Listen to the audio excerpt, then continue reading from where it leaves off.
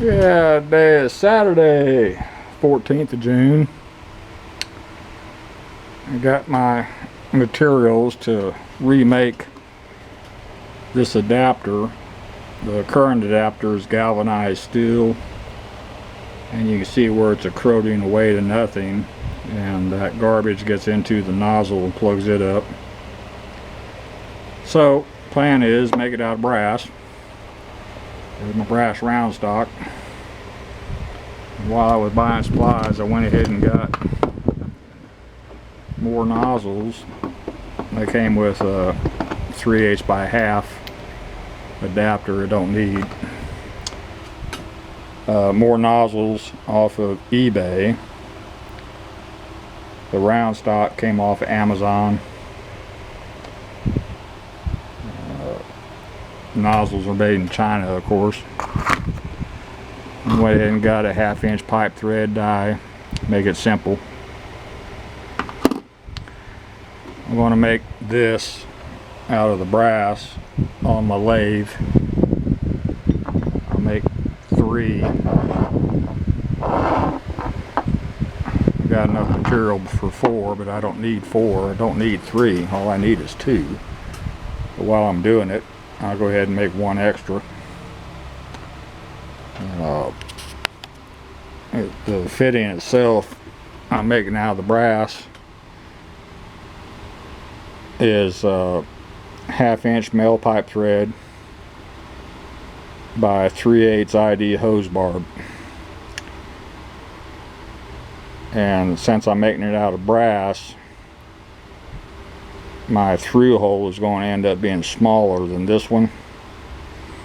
I'll probably go with a 3/16 because this is 3/8 OD over the barbs to go into the 3/8 ID hose. So I'll probably do a 3/16 through hole. That'll be enough. These nozzles are low volume, so I will not have a problem there. And it should be a one and done modification. The glyphosate and 2,4-D are extremely corrosive. That's why they're running that galvanized steel adapter. Why did they use galvanized steel versus brass? At the manufacturing level, it's nothing but cost. This adapter, when purchased in volume being 5,000 pieces, they're probably $1.75 maybe. You buy it in brass, you can triple the price, as compared to the cost of the sprayer new. It's a minimal increase in expense. What the manufacturer looks at, brass is a high employee theft item.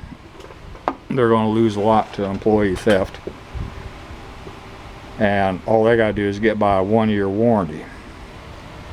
That galvanized steel fitting will last through a 1-year warranty. After that, you're on your own. It's probably $35 when you go to buy one, and it costs manufacturer $1.75 in volume. It is what it is. That's a whole part of the game. Now, one of my YouTube friends was thinking that this might be an item I can sell to other people with a similar problem with their sprayers. You can buy a 1/2" pipe by 3/8 hose adapter in plastic. You can buy it in stainless steel. I could not find one in brass, and it's got to be similar in design to this fitting, because where you see this indentation from the bolt, that's how you lock the nozzle in place, because you can pivot the nozzle to get different spray patterns. So it needs to be, it can't be plastic, that's too soft. Could be stainless steel, but they go straight from pipe thread to 3/8 hose barb with no body between. just a hex, and it won't fit the sprayer properly. Person could redesign the nozzle holder on the sprayer, or just make the adapter out of brass. Now, man was going to do this in volume. If you had a CNC machining center, it would be $1.50 over the cost of the material.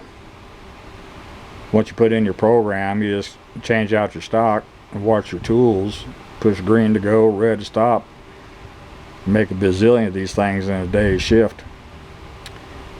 On a manual lathe, it's probably going to take me a couple hours because I'm not a lathe operator. I can operate a lathe, but I'm not a machinist. So I have to muddle my way through it. It'll take me a couple hours, which is no big deal. And if I were to find a manufacturer for these things, get the cost down in volume, and try to sell them, once the Chinese saw there was a potential for that product, they're going to steal the design, cut the price in half, and slit my throat on price. Been there, done that. So again, I can't do an end process video because I'm always by myself, but I can show you the end result when I get done, and then put some water in the sprayer and do a test and show you how well it works. And it won't corrode. Now, obviously it won't corrode because the nozzles themselves are made out of brass. And I got new nozzles just because I want to be able to start from fresh. I can retain the old nozzles off of each sprayer for spare, used but good. And yeah, it should work out well. So, step out real quick and show you the color change on what I sprayed. I got an excellent kill this time. Got lucky with the weather. My garden's just pitiful. I gotta figure out what I want to do. Weed eat comes to mind. I want to try to mow the grass up here this evening. It's supposed to start raining again tomorrow. And nothing but brown in the lot. So I got pretty much 100% kill this time, which was my goal. It looks terrible right now, but as it weathers, it'll all get knocked down by the weather. And again, this is a gravelled lot. It's not dirt. And you want to grow grass, put down gravel. But anyway, it's supposed to rain tomorrow and Monday for sure. After that, it's anybody's guess.